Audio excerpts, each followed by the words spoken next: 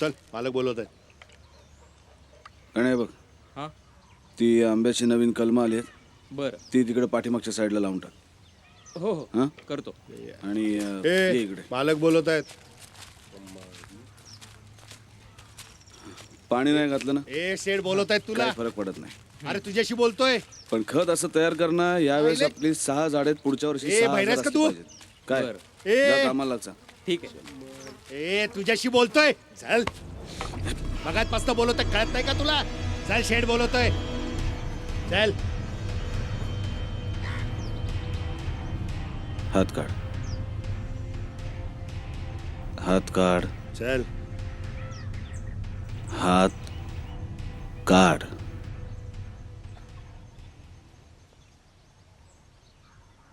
काय पांगळा आहे का तुझा शेट? का माझ्या समोर येऊन उभं राहायची हिंमत नाही त्याची? अजित शेठ, अहो तुम्ही कशाला उगाच उन्हामध्ये भेजा गरम करताय? हा अरे मी का बोलतो, चला AC मध्ये बसू आणि धंद्याच्या वार्ता करू. हा चला. मी जर बोलायला लागलो ना ते AC मध्ये घाम फुटेल तुला. अहो फुटू दे की, पण धंदा पहिला. हा अजित शेठ, आता तुम्ही मोठा आंबा बनवलात. आता म्हणता तुम्ही की मी धंद्यामध्ये शिरणार. आज तुम्ही शिरलाय, उद्या तो नारायण शिरेल, मग आणखी कोणी शिरेल. अहो मग आम्ही काय करायचं? कसं आहे अजित शेठ, आंबा पिकवायचा तुम्ही, विकायचा आम्ही. आता तुम्ही जर का धंद्यामध्ये आलात तर आम्हीच तुम्हाला धंद्याला लावू. हा चला, मी तुम्हाला डबल ऑफर देतो. हा लाज देतोस का भीक? लाच देतो. अजित शेठ, कशाला इथली वहिवाट बदलतो है ना? अरे एकदम हुशार माणूस तुम्ही, समजून घे माझं. हात काढ. अरे मी काय बोलतो अजित शेठ. अजित!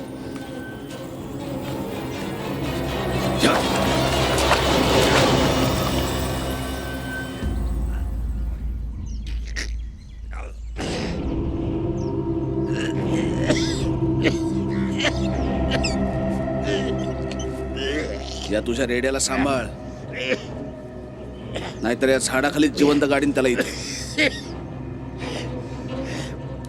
अजित शेठ, झाडाखाली जिवंत काढायला झाड तर जिवंत राहायला पाहिजे ना. ध्यानात ठेव, व्यापाराची जात आहे माझी. प्रत्येक गोष्टीचा हिशोब ठेवतो मी. तो किती बी भारी आंबा कर, शेवटी तो जाळ्यात पडेल माझ्याच. अजित शेठ, ध्यानात ठेव. चल रे.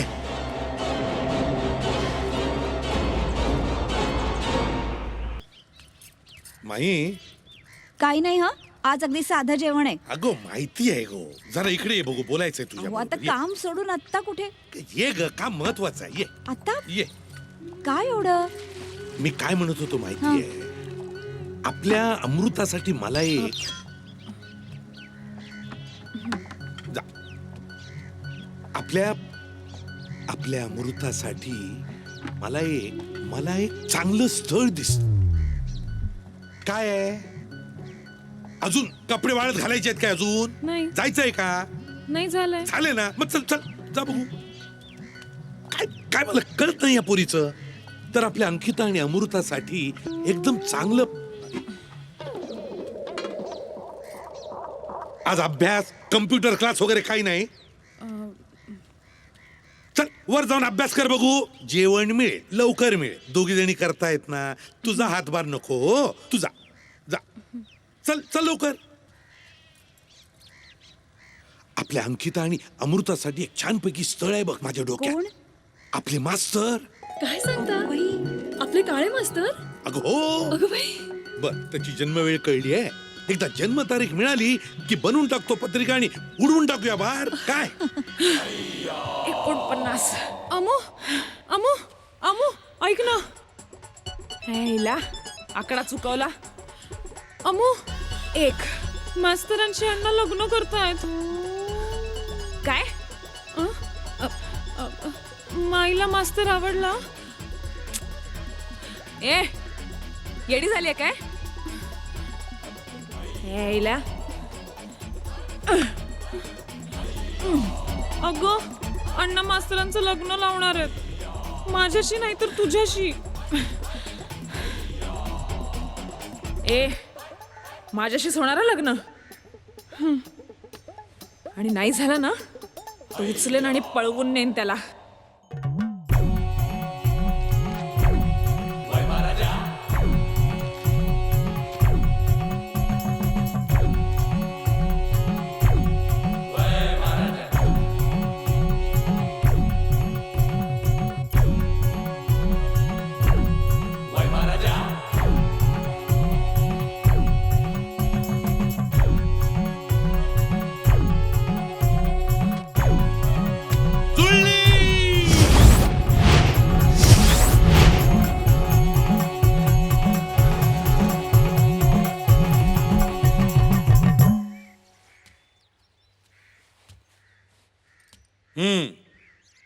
हा तर आता सगळ्यांनी आनंदाची बातमी ऐका. इतक्या वर्षांनंतर आणि इतक्या पत्रिका जुळवण्याचा प्रयत्न केल्यानंतर ह्या 2 पत्रिका जुळल्या आहेत. अंकिता आणि मास्तर काळे यांच्या पत्रिका जुळल्या आहेत 36 गुणांसकट. कळलं का?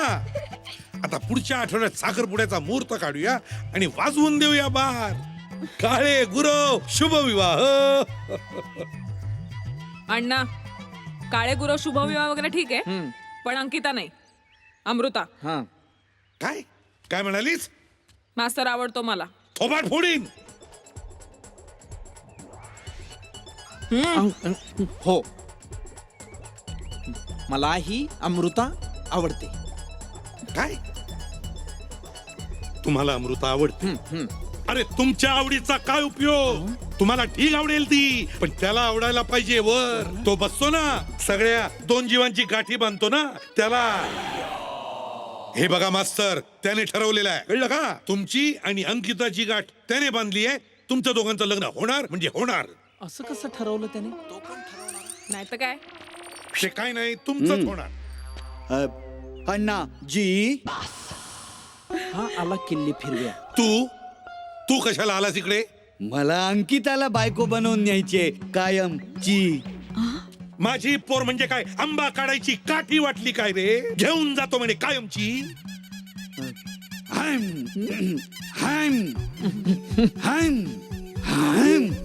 अण्णाजी माझं आणि अंकिताचं मीटर डाऊन करा प्लीज.